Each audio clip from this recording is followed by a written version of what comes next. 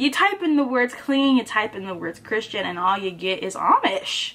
I don't know what that's about, but honestly, like, I'm not Amish.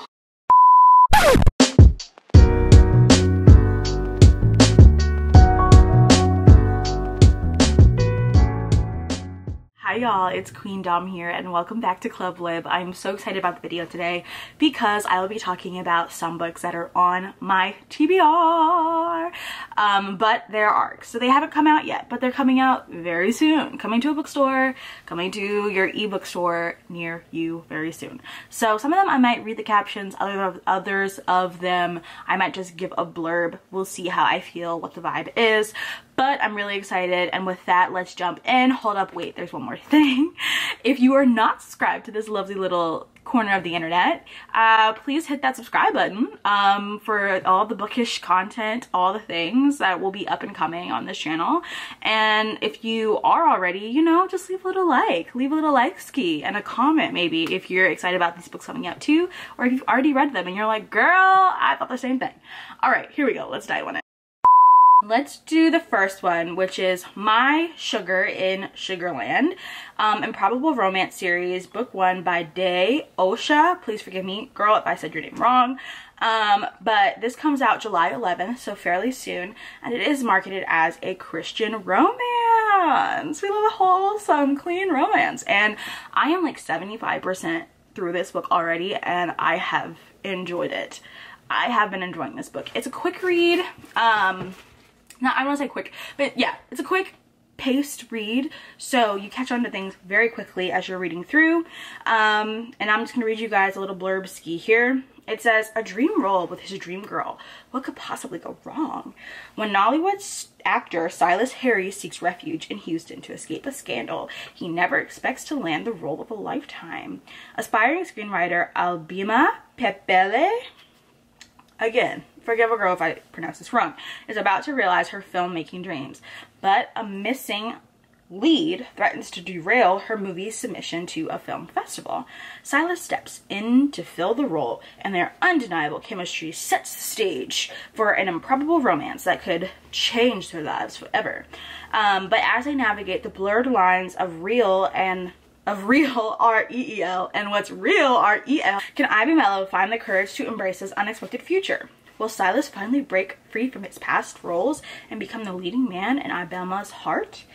Sweetened for those who love contemporary romance with less heat, My Sugar is the first in D. Osha's Improbable Romance Series, a collection of novels about the journey of self-discovery and finding love in the most of unlikely places. And so, who's the publisher on this one? Victory Editing is the publisher, I believe, on this. And I have been looking for good, like, clean, not spicy, like, romance books. They don't have to necessarily be Christian romance books, but that's a plus. But I've been looking for some, and so this was a good one because, you type in the words clean, you type in the words Christian, and all you get is Amish. I don't know what that's about, but honestly, like, I'm not Amish. And also, who are reading all of these romance books featuring the Amish? Are the Amish reading these books? Are they allowed to read books produced by mass media? I'm not even trying to be ignorant right now. I'm really curious to know. I just want to know who I guess, I don't know, maybe it's like Mennonite communities, maybe, I don't know. But somebody's buying these books because they have been in style since I have been young. But okay, next book. The next book is Wicked Serve by Grace Riley, and this comes out August 13th, 2024, and it's an Avon and Harper Voyager book. So this one stars Nikolai and Izzy, and they are both in college.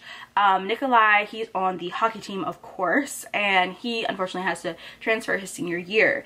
However, the caveat to this is it's like, okay, you're a good player, it sucks that you had to transfer, but the captain of the hockey team he's had to transfer to is the older brother of the girl that he likes, and that he's like, yeah, if something goes wrong, I will be iced out, and you know, like, it just won't be a good situation.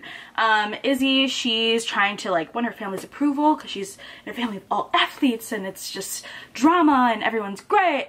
And yeah, so she's trying to get back on the volleyball team, and she's also trying to be like decide like, am I going to really pursue a relationship with this guy or not?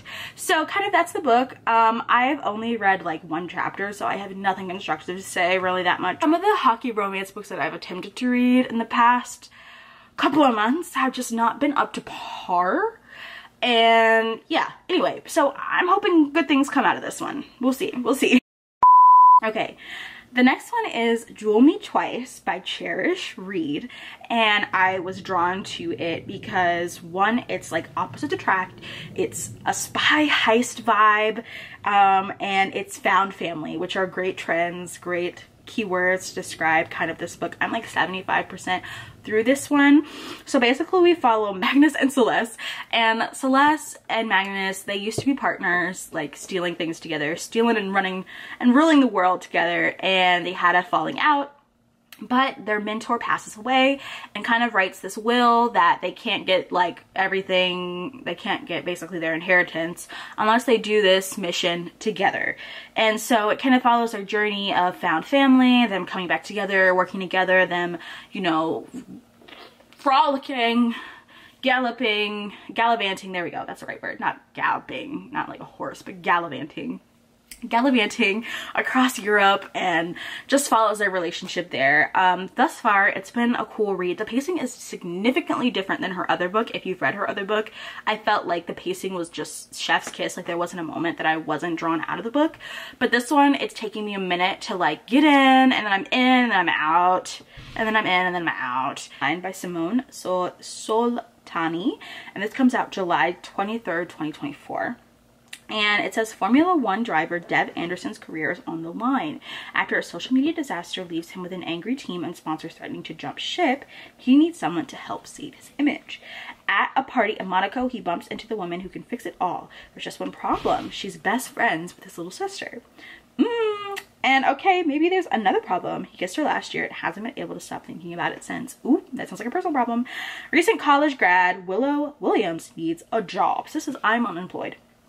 She may have a talent for seeing the bright side of any bad situation. Girl, you're an empath. But it's hard to stay positive when she's struggling to get hired. Same. So when Dev offers her a temporary solution, she can't help but say yes, even if it means ignoring the crush she's had on him since childhood. Childhood is crazy. Childhood is insane. Willow and Dev are determined to keep things strictly professional regardless of old feelings and blazing chemistry between them. But in the glittering and high-stakes world of Formula One, some lines are meant to be crossed. This synopsis, chef's kiss. It's beautiful. It's succinct. I love it. I'm excited about this one. This one has been on. The cover is so cute. Okay, it's Elementary by Elsie Bryant. This comes out July 9th, and it is by Berkeley Publishing Group. So basically we follow Mavis, and she has been recruited in a predominantly white school district at her child's elementary school to be a part of the PTA, but not just a part of the PTA, but on the DEI team for her PTA. This is Trisha, who's another parent, I believe, kind of like has rubber gloves on and is like pulling a black trash bag out in the middle of the night. And she's like, no, it can never be what I think it is. It can never be no, never.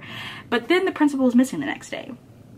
So basically she teams up with a very attractive man, and together they sleuth away trying to solve this mystery, and you know, blah blah blah. So I am all for this one. I love a good black woman sleuth. That has been kind of what I've been really reading lately. I'm loving like good, like we solve this by the end of 300 or 400 some pages. Amen. And I'm like, yes, I'm with ya. So anyway, I've been really enjoying that, and that leads us to the next and final one that I will be talking about, which is on my TBR list, which is Truth Be Told by Patricia Rabin. And I'm going to read her whole little blurb because I love the girlie so much. Okay, it says, on a lovely June night of 1924, amateur detective Annalise Spain is mingling bravely at a high-class political fundraiser in the lush backyard garden of a famed said framed. He's the one who did it. I don't know. I don't know if he's the one who did it. I didn't read it yet. Of a famed political fixer, Cooper Coates, one of the wealthiest men in Denver's black neighborhood of 5 Points. When Coates' young daughter discovers a pretty stranger dead in her father's garden shed, Annalee is thrust into the baffling new case, just as she's reeling from another recent discovery, a handwritten letter found buried in her own garden that reveals the identity of her mother. Gasp, because this is a series. This is a gasp moment because this is a series, and this is book 3 of that series. And I didn't know that when I picked this up as an ARC at first. I was like, oh, this one just looks great. I'll just dive in. And I was like, oh, this is book 3. I need to go back and read book 1 and 2. It was worth it. But anyway, carrying on. Not ready to face the truth about her hidden past, Annalee throws herself into solving a mystery of the young woman's demise. With the help of her pastor boyfriend, Blake. I think Jack Black would have been a cool name, but Jack Blake. We like Blake. We do. Her orphan buddy, Eddie. Eddie is a young white boy. And, oh, he's also an orphan. Yeah, anyway. Well, I guess I just said that. Anyway. Her orphan buddy, Eddie, and her trustworthy church friends, which she maybe has like 3. Annalee follows the clues to 3 seemingly disconnected settings: a traveling carnival set up downtown, a black civic club, and a prestigious white seminary on the outskirts of Denver. Intriguing advice also comes from a famous real-life Denver visitor, but is Annalee on the right track or just running in circles, fleeing from conflicts racing in her heart? In taut, heart-gripping narrative driven by secrets, romance, and lies, Annalee must unravel a case with higher stakes than she imagined. One where answers about a lovely woman's death point to truths and tensions still throbbing today.